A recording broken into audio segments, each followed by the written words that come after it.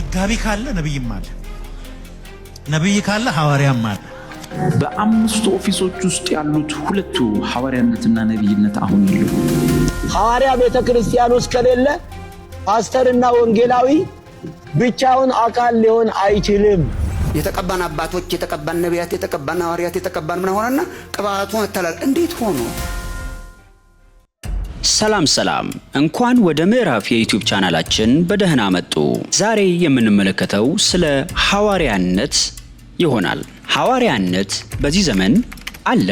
ከጥያቄን ጀምር። ሐዋርያ የሚለው የስሙ ትርጉም ምን እንደሆነ እንመልከት። ሐዋርያ የሚለው በግሪክ አፖስቶሎስ ወይንም አፖስትል የሚል የእንግሊዘኛው ትርጉም ይኖረዋል። የተላከ ወይንም መልእክተኛ ማለት ነው። በሌላው ትርጉም ሐዋርያ ማለት ሆረ፣ ተጓዘ፣ ሄደ የሚለውን ትርጉም ይገልጽልናል። ላኪውም እግዚአብሔር እርሱ የሰጠውን ትእዛዝና የወንጌል ቃል ለማድረስ የተመረጠ እና ስልጣን የተሰጠው አገልጋይ ማለት ነው። የግሪኩ ትርጉም ሊገልጸው የሚችለው 3 ቃሎች ይኖሩታል። አንደኛ አፖስቴሎ መልአክ የሚል ትርጉም ይኖረዋል።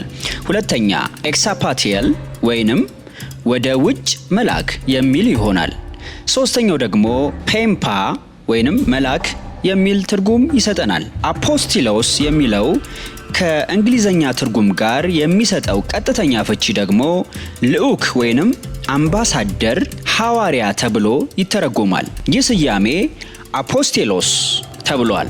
ከክርስቶስ ልደት በፊት ለመርከበኛ ዕቃ አድራሽ የሚሰጥ ስያሜ ነበር።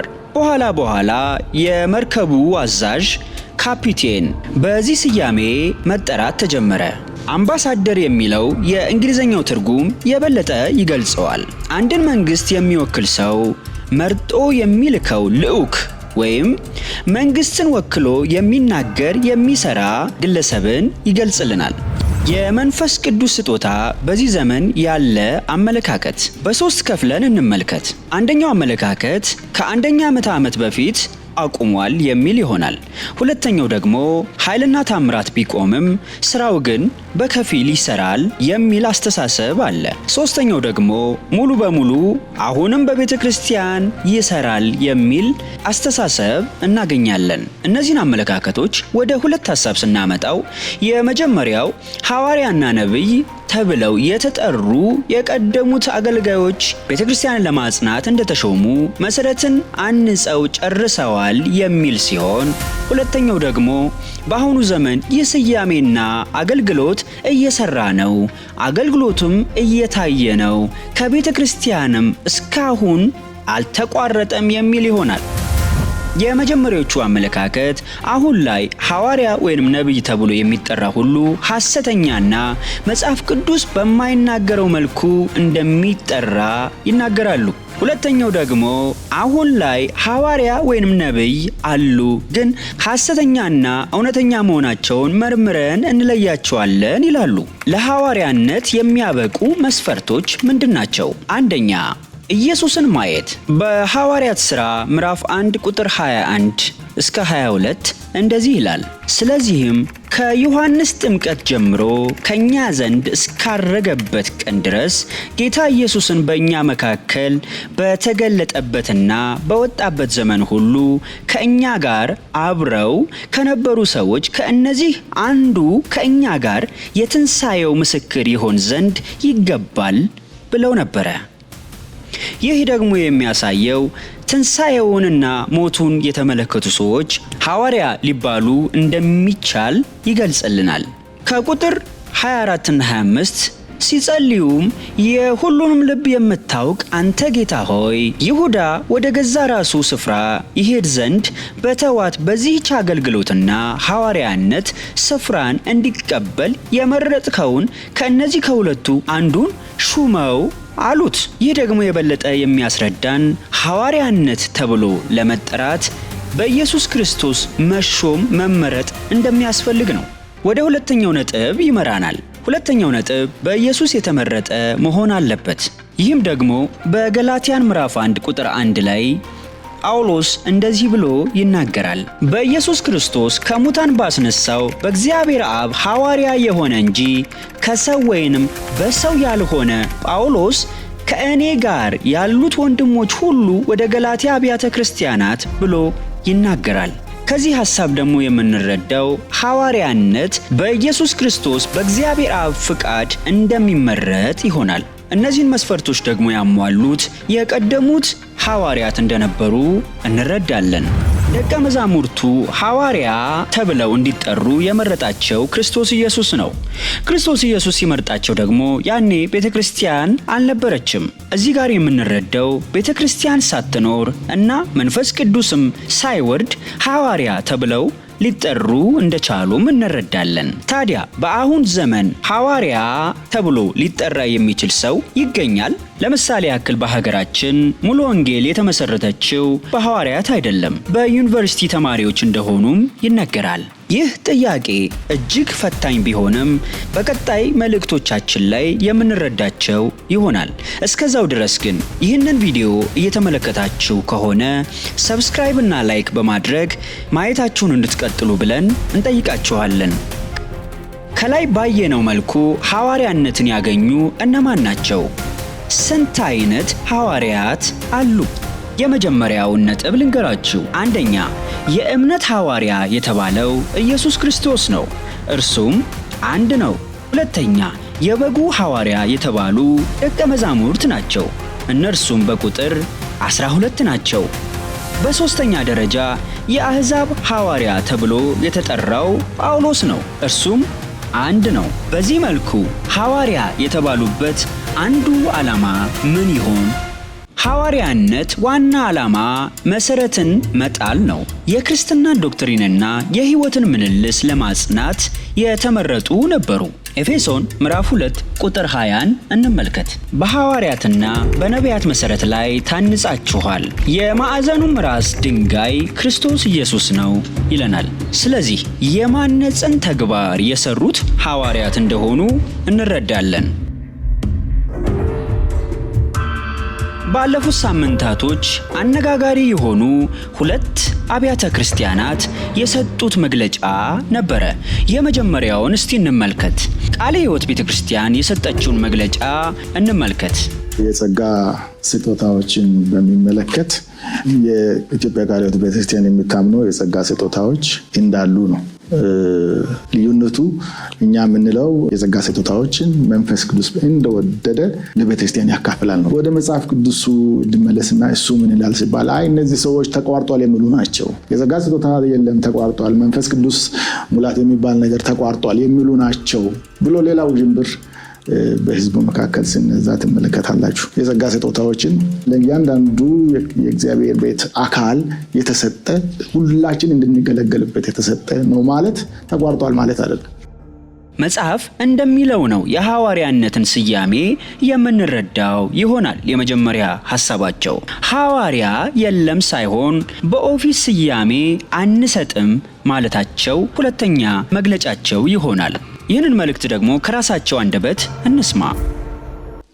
ቃለ ሕይወት ሐዋርያትን ለምን አትሾምም ለሚሉ ሰዎች ወይም ሐዋርያትን በዚህ ዘመን አንሾምም ለምንላቸው ሰዎች እኛ አገልግሎቱን እንጂ የምንቀበለው ሐዋርያ የሚሆኑ ሰዎች በዚህ ዘመን የሉም ብለን ስለምናምን ነው። አሁን እንደኛ ቤተክርስቲያን አንዱም የምንናገረው ሐዋርያትን አንሾምም። ለምንድን ነው ማንሾመው? ኮንፊውዥን የሚፈጠር ነገር ስለሆነ ነው። በዛ አይነት ስልጣን ያሉ ሰዎች የሚመስል ፊገር ስላለው ከሱ ይልቅ እኛ ሚስዮናዊ የሚለውን ነው የምንጠቀመው። በሕይወት ወቅታዊ በሚል የዩቲዩብ ቻናላቸው ላይ የገለጹትን ሐሳብ እንረዳ።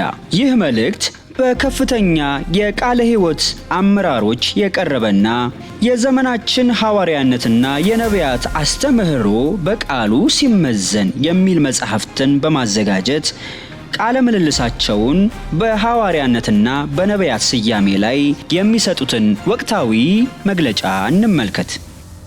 በቃሉ ህዝቡ ወደ ቃሉ መመለስ አለበት። ያስተምሮ ንጽህና መመለስ አለበት። ምክንያቱም ቅድም ስትጠይቅ ለምን ሐዋርያትና ነቢያት ብለሃል።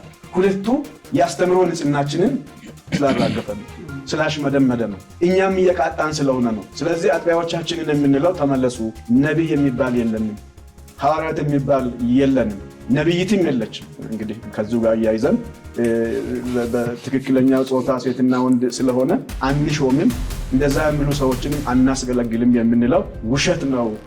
በቀጣይ የምንመለከተው መካነ ኢየሱስ የሰጠችውን መግለጫ ይሆናል። መካነ ኢየሱስ የሰጠችው መግለጫ በ4 ገጽ ብዛት ልታስተላለፍ ችላለች። ከነዛም ውስጥ የጠቀሰቻቸው በሁለት ሐሳብ ሊከፈል ይችላል። ስርዓትንና መመሪያን በአግባቡ አለማስተዳደር እንዳይኖር መግለጫዋን ሰጥታለች። ሁለተኛ ደግሞ በቤተ ክርስቲያኗ ምስባክ ላይ ከሌላ አብያተ ክርስቲያናት መጋበዝ እንደሌለባቸው ተጠያቂም እንደሚሆኑ ገልጻለች።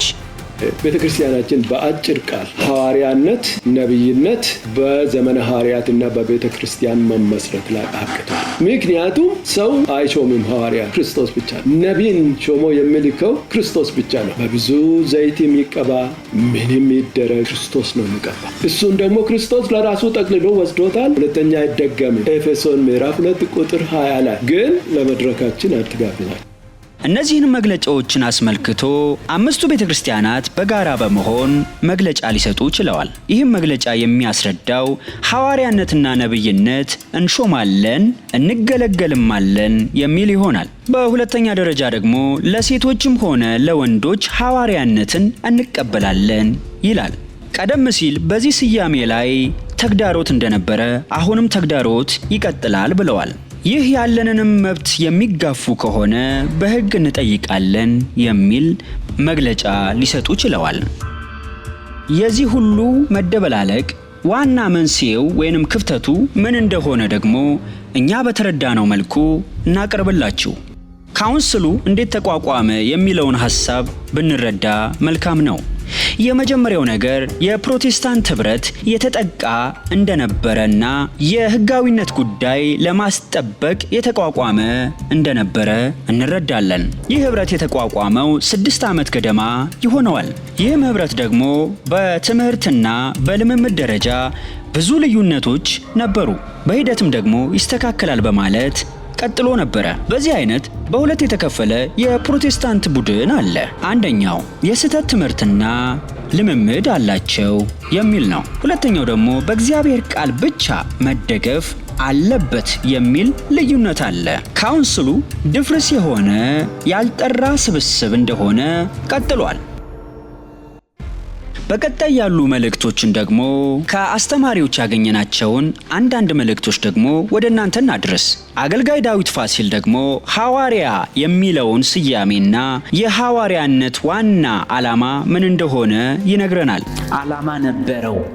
ዓላማውም ያን ጊዜ ክርስትና አዲስ ሃይማኖት ነው። ስለዚህ የአዲሱን ሃይማኖት መሰረት መጣል ነው የሐዋርያትና የነቢያቱ ስራ። እዚህ ጋር ደግሞ ምን ይለናል? ሐዋርያነት ትልቁ ዓላማ መሰረትን መጣል ነው ይለናል። ሐዋርያነት ምን እንደሆነም ገልጾልናል። በሁለተኛ ደግሞ የምንመለከተው ማንኛውንም ሰው ሐዋርያ ብለው የሚጠሩት እየተሰራ ያለው ቲያትር ነው ብሎ ይገልጽልናል። ማንኛውም ሰዎች ሐዋርያት ብለው ሲሾሙት እየተሰራ ያለው ቲያትር ነው። ታዲያ እኛም ቀጠል ብለን በኢትዮጵያ ውስጥ ሐዋርያ አለ የሚለውን መልእክት ለአገልጋይ ዳዊት ፋሲል እንጠይቀዋለን። እርሱም እንዲህ ብሎ ይመልሰልናል። አሁን ኢትዮጵያ ውስጥ ያለው ሐዋርያቶች ናቸው? አይደሉም። አንዳቸውም አይደሉም። ብታምኑም ባታምኑ አትቀበሉም ብትፈልጉ አንዳቸውም ሐዋርያ አይደሉም። በመጨረሻም ሐዋርያነት በሰው ምርጫ አይገኝም የሚለውንና ጌታ መረጠኝ በሚል የግል ስሜት በአሁን ዘመን ሐዋርያ ለመባል መስፈርት እንደማያሟላ እንረዳለን።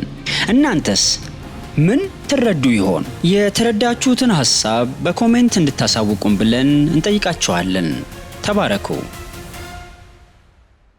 እስከዚህ ሰዓት ድረስ አብረውን ስለቆዩ እጅግ እናመሰግናለን።